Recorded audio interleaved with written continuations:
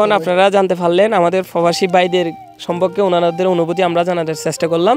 তো আপনাদের জন্য শুভকামনা রইল, আমরা দোয়া করি যেন আপনারা ভবিষ্যতে আরো অনেক দূরে এগিয়ে যান। তো সবাইকে ধন্যবাদ, সবাই চেষ্টা করবেন প্রবাসী ভাইদের পাশে থাকতে। তারা অনেক ত্যাগ স্বীকার করে ফ্যামিলিকে রেখে বিদেশ জীবন পার করছে।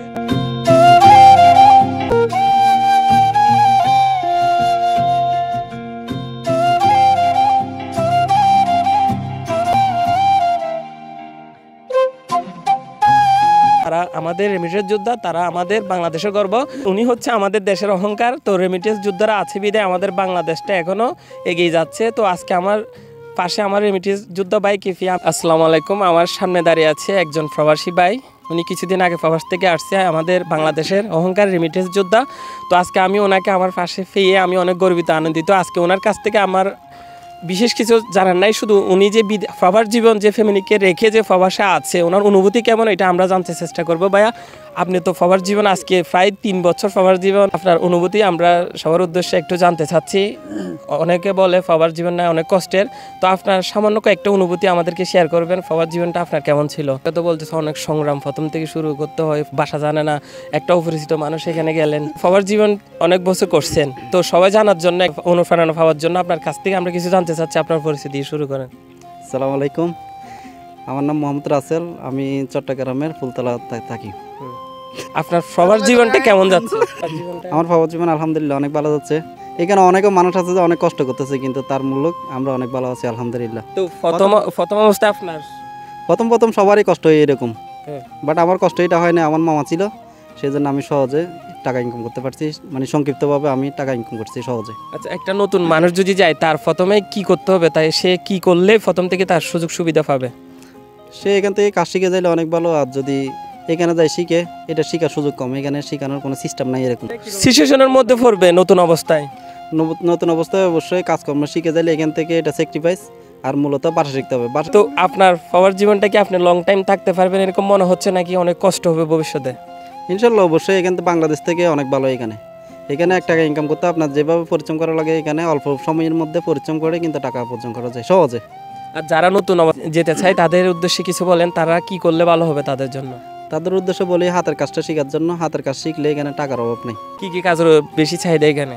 কাজের চাহিদা বেশি ইলেকট্রিক কাজের, পাইপ ফিটারের কাজের, ইলেকট্রিক্যাল কাজের, রঙের কাজের, আপনার প্লাম্বারের কাজের, এইসব কাজের চাহিদা বেশি, আর রাজমিস্ত্রি কাজের। এই প্রবাস জীবন কেউ কি তাদের ভবিষ্যৎ সাজাইতে পারবে, নাকি আবার ফিরে চলে আসবে?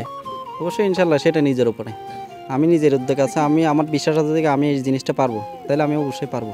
আচ্ছা, ওকে, ঠিক আছে, আল্লাহ হাফেজ। সবাই দোয়া করবেন যেন আমার প্রবাস জীবন ভালো হয়, সুন্দর হয়। সব প্রবাসীর জন্য দোয়া করবেন। আসসালামু আলাইকুম। আপনারা দেখতে পাচ্ছেন এই প্রবাসী ভাই অনেক কষ্ট করছে, হয়তো উনি বলতে পারতেছে না লজ্জার কারণে। তো এরকম রেমিটেন্স যোদ্ধা আমাদের দেশে আছে বিধায় আমরা গর্ব করি। আমাদের রেমিটেন্স যোদ্ধা প্রত্যেকটা করে যেন এরকম তৈরি হয়।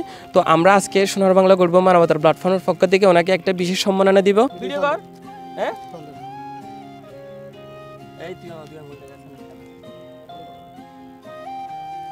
প্রবাসী ভাইয়ের পাশে আমরা এখানে আসতে পারছি, আমরা অনেক ধন্য মনে করছি নিজেকে। তো আমরা এখানে একজন আমাদের এই সীতাকুণ্ডের একজন কৃতিশোনা, ওনার কাছ থেকে জানতে চেষ্টা করবো প্রবাসী ভাইকে আজকে সম্মাননা দিয়ে ওনার কেমন লাগতেছে, অনুভূতিটা আমরা জানবো।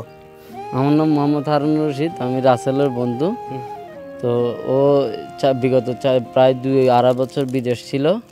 বিদেশ থাকাকালীন তাকে অনেক মিস করছি। তো আজকে ও বিদেশ থেকে আসছে কয়েকদিন আগে, আসার পরে আমাদেরকে সবাইকে নিয়ে একটা পার্টি দিচ্ছে, ফ্রেন্ড সার্কেলকে নিয়ে। তো এটা ওকে আমরা দিয়েছি আমাদের থেকে, যে ও বিদেশ থাকে, আসলেও আমাদের জন্য অনেক কষ্ট করতেছে, কষ্ট করে রেমিটেন্স পাঠাচ্ছে। আমরা সেই জন্য ওদের মাধ্যমে আমরা উপকৃত, আমরা অর্থনৈতিকভাবে সচ্ছল। সেই জন্য ওকে আন্তরিকভাবে ধন্যবাদ জানাই এবং সকল প্রবাসীকে ধন্যবাদ জানাই। তারা বাবা মা পরিবার সবাইকে রেখে একা থেকে ওখানে পরিশ্রম করে আমাদের জন্য অর্থনীতি যোগান দিচ্ছেন।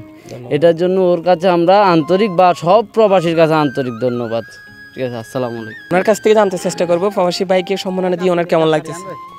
সম্মাননা আসলে একটা পুরস্কার, আর ওনারা যেভাবে বিদেশ থেকে নিজেরা কষ্ট করছেন, পাশাপাশি দেশের জন্য কাজ করতেছেন, এই জন্য ওনাদেরকে সম্মাননা দিয়ে আসলে আমরা অনেক নিজেকে গর্বিত মনে করতেছি।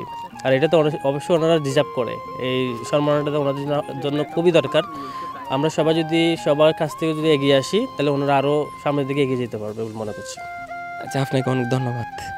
আরেকজন প্রবাসী আমাদের একজন ভাই আশিস কুমার শীল, ওনার কাছ থেকে ওনার অনুভূতি সংক্ষেপে 10 সেকেন্ড ওনার অনুভূতি জানবো। তো আজকে আপনাকে একটা সম্মাননা দেওয়া হচ্ছে, আপনার অনুভূতিটা কেমন বলবেন, আর প্রবাস জীবনটা সংক্ষেপে আপনার কেমন যাচ্ছে একটু বলবেন, সামান্য 10 সেকেন্ড। আসসালামু আলাইকুম। সবার জীবন আলহামদুলিল্লাহ ভালো যাচ্ছে। সোনার বাংলা গর্ব মানবতার প্ল্যাটফর্মের পক্ষ থেকে ওনাকে একটা বিশেষ সম্মাননা দিব। এই কেমন লাগছে? আমার সম্মাননা ভাই অনেক শুকরিয়া, আনন্দিত। তো আচ্ছা, তো আপনার এই প্রবাস জীবনটাই আপনি যে এগিয়ে যাচ্ছেন, মনে হচ্ছে আপনি দীর্ঘ জীবন প্রবাস জীবন কাটাইতে পারবেন নাকি কষ্ট করতে হবে? অবশ্যই আলহামদুলিল্লাহ ভালো যাবে, কাটাবো অনেক বছর। আমাদের একজন ছোট ভাইয়ের কাছ থেকে জানতে চেষ্টা করব, ওনার একটু প্রবাসীদেরকে নিয়ে একটু বলবে। প্রতিটা রেমিটেন্স যোদ্ধারা আমাদের দেশের গর্ব, আমাদের গর্ব। এতক্ষণ আপনারা জানতে পারলেন আমাদের প্রবাসী ভাইদের সম্পর্কে, ওনাদের অনুভূতি আমরা জানার চেষ্টা করলাম। তো আপনাদের জন্য শুভকামনা রইল, আমরা দোয়া করি যেন আপনারা ভবিষ্যতে আরো অনেক দূরে এগিয়ে যান। তো সবাইকে ধন্যবাদ, সবাই চেষ্টা করবেন প্রবাসী ভাইদের পাশে থাকতে। তারা অনেক ত্যাগ স্বীকার করে ফ্যামিলিকে রেখে বিদেশ জীবন পার করছে। তারা আমাদের রেমিটেন্স যোদ্ধা, তারা আমাদের বাংলাদেশের গর্ব। বাংলাদেশের সকল রেমিটেন্স যোদ্ধাকে আমাদের অন্তঃস্থল থেকে অনেক অনেক সেলুট ও ভালোবাসা রইল। সবাইকে ধন্যবাদ। আসসালামু আলাইকুম।